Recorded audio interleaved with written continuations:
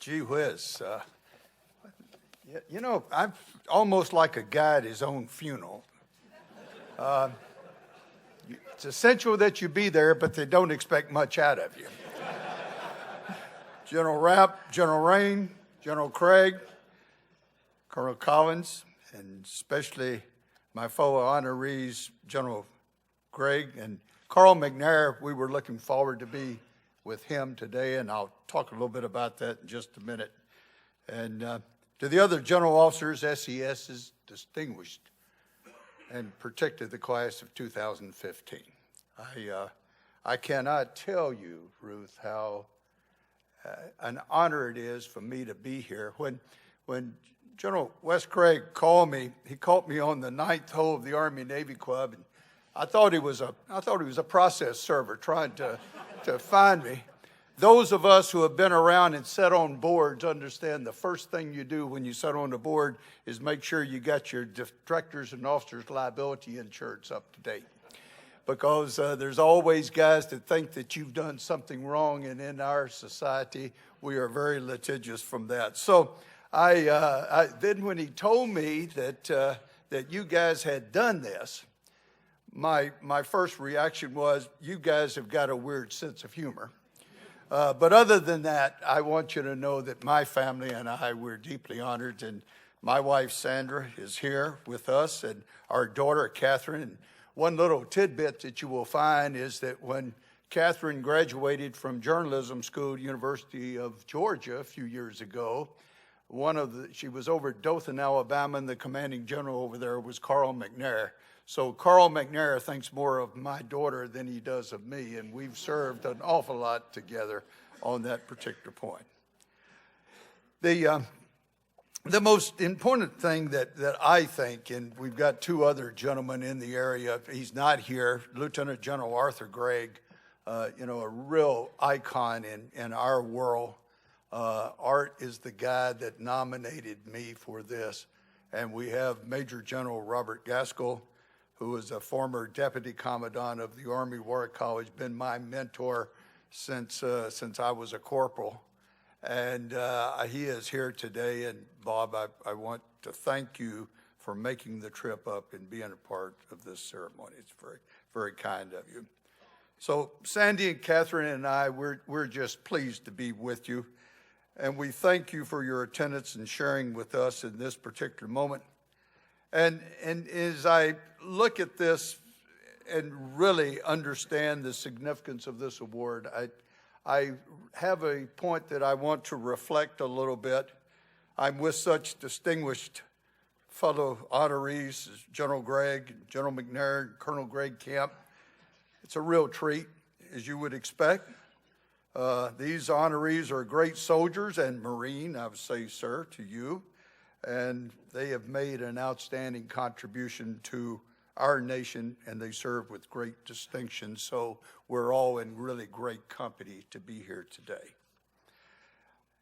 In recognition of your time, let me forego some of the things that I've done in past that got me here. Ruth was very generous in relaying a lot of them.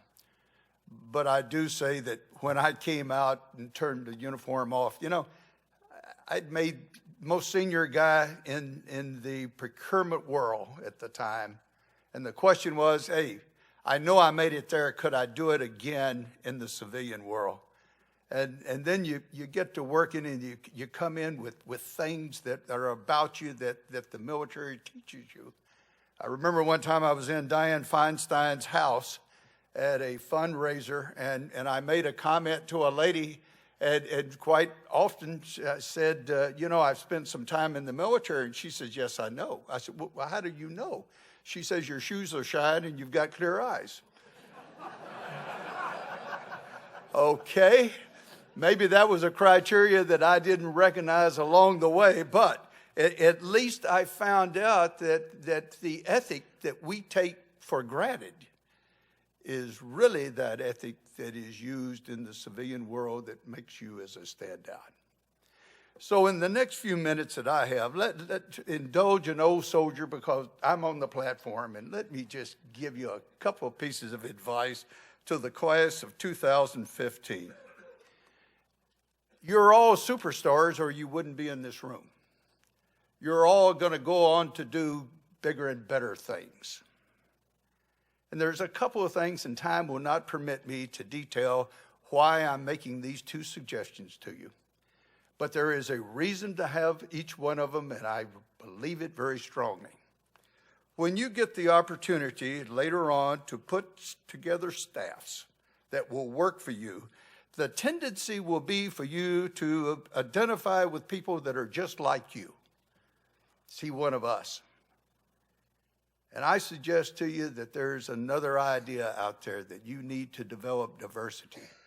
The reason that you're going to be where you are is because the nation sees in you the ability to make a decision in the future to something that we don't even know that's going to resolve itself now. So there's no way to write the book and say, when you get there, this is going to be it. You've got to assimilate vast courses of actions and often conflicting issues and facts, and you've got to come up with the right way to make that decision. My suggestion is that you may have a person on your staff that you may not want to go have a beer with, but they have a capability and something about them that will bring to the table that will cause you to say, let's go check this out, or let's take another look at this along the way. So when you look at that diversity you're getting, please remember that the reason you're there is because the country and our nation has entrusted you with this responsibility to make these decisions in the future, and you need the best advice you can get. And that does not necessarily mean putting together all the guys that think like you do. Second point, when you get to that point, you'll find that the reason you're there is to make decisions, and the decisions sometimes are going to be very hard for you. And I remember one time in my past sitting there thinking, there's nobody else in the country that can make this decision. I've got to do it. And the old passage in Matthew's, Lord, let this cup pass from my lips, was on my thought process at the time. And I realized that back then that what you have to have is you've got to understand that it is incumbent to the duty. It's incumbent upon the position you're going to be there to make the decision. The country asks that you do your best effort. The country asks for you to be bold. What I think that you should look at it from the standpoint that it's going to be hard decisions, and you need to prepare yourself for the fact that the decisions are going to be hard, but they have to be made. Therefore, you go back to the first, you get the best information you can, and then be bold and make the decision for the country. And recognize guys like me are sitting on the side, and we're depending upon you to get it right in the future.